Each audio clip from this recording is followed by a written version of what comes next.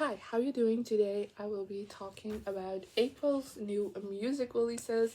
I am very excited about them all.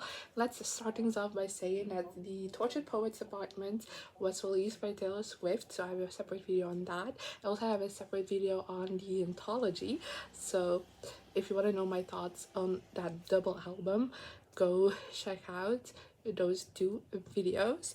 And then I also quickly want to talk about Live by Louis Tomlinson, which I did not do a separate video on, but it is a live album that Louis Tomlinson surprise dropped this month, and I just had a blast listening to it. I think there's such great live recordings, but of course there's like nothing like new on there, so I didn't make a separate video on it, and I also thought I wouldn't talk about it too long. It just, if you're a Louis fan, you'll love it. So let's get through the music releases from this month. There wasn't that much, but a lot of like different versions, so let's just get through them. Starting off with Illusion by Dua Lipa. This was just a really fun dancey song. It's not my favorite of the singles we've gotten for Radical Optimism so far, but I did like it and it did get me excited for the release. I mean, when I'm filming, I'm behind on filming, so technically it's already come out, but I haven't listened to it yet. But I'm very excited to finally get around to it. Then there was also an extended version released from the song, and honestly, I think it is my favorite of the extended versions we've gotten for Radical Optimism singles. But I still don't fully get it. I don't know. Then we also have an a cappella version, and again, not the worst thing, but just not my thing. I feel like they're just not, I don't know, the a cappella versions of an extended version of the Dua Lipa singles we've gotten just have not been hitting for me, and that's fine. A song that has hit for me and for everyone else is Espresso by Sabrina Carpenter. I actually have to say that on the 4th of May I went to a concert, so basically all of April was concert prep for me, just like listening to that artist's music a lot and like barely listening to anything else. So I didn't really get around to listening to Espresso until like the end of the month when everybody was already extremely obsessing about it, and I was like, okay, how good can a song be? This has been very valid, because as soon as a concert prep was over, Espresso has been on repeat in my mind, on my phone, on my Spotify everywhere.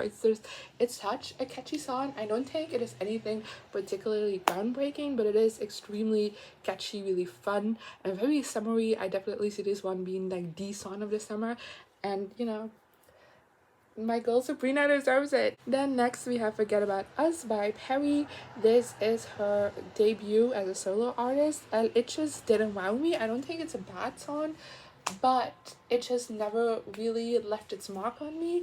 And you know, it is fun, it is summery, but as like a debut, I feel like it could have been so much better. Like, this is supposed to be your introduction as a solo artist to the world, and it just kind of felt a bit generic to me. So there's that.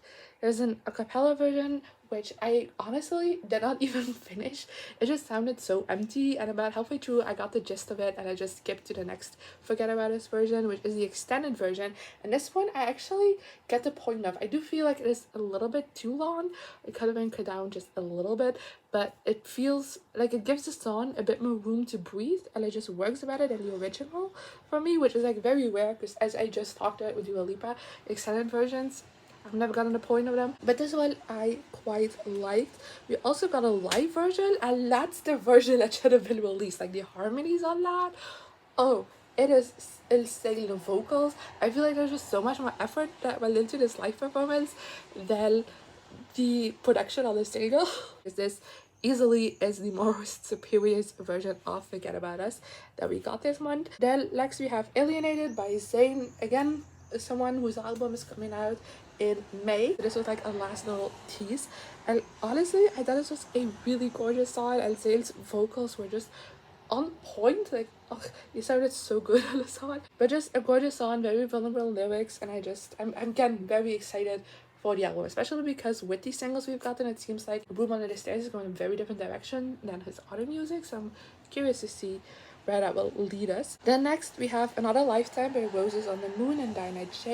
This is a collab, a feature for Dinah, who has been doing that a lot recently, but I have seen an announcement that she's coming back solo in May, so I'm very excited for that. But this one just didn't really work for me. It's just not my thing. I don't think it's a bad song. I also don't think it's anything like too special, but it's just really not my thing personally. And going from One Fifth Harmony Girl to the other, we have 159 by Normani featuring Gunna.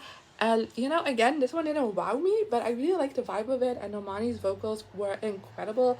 And even though, again, it didn't wow me, I'm not obsessed with it, it did very much intrigue me for what's to come. And considering the album is coming in June, I'm so incredibly hyped for that. And I do feel like this did a great job at kind of, like, you know, teasing what's to come. So yeah, that was everything for April. A lot of exciting stuff is coming in May as well, so I'm very excited to see all of that play out. But for now, I just was a bit of a mixed bag this month. I feel like the new releases were fun. Some of the extra versions weren't necessary, just like in general. And Forget About Us should have just been the live version. That's what I keep from it. And yeah, hopefully I'll see you around next time. Bye.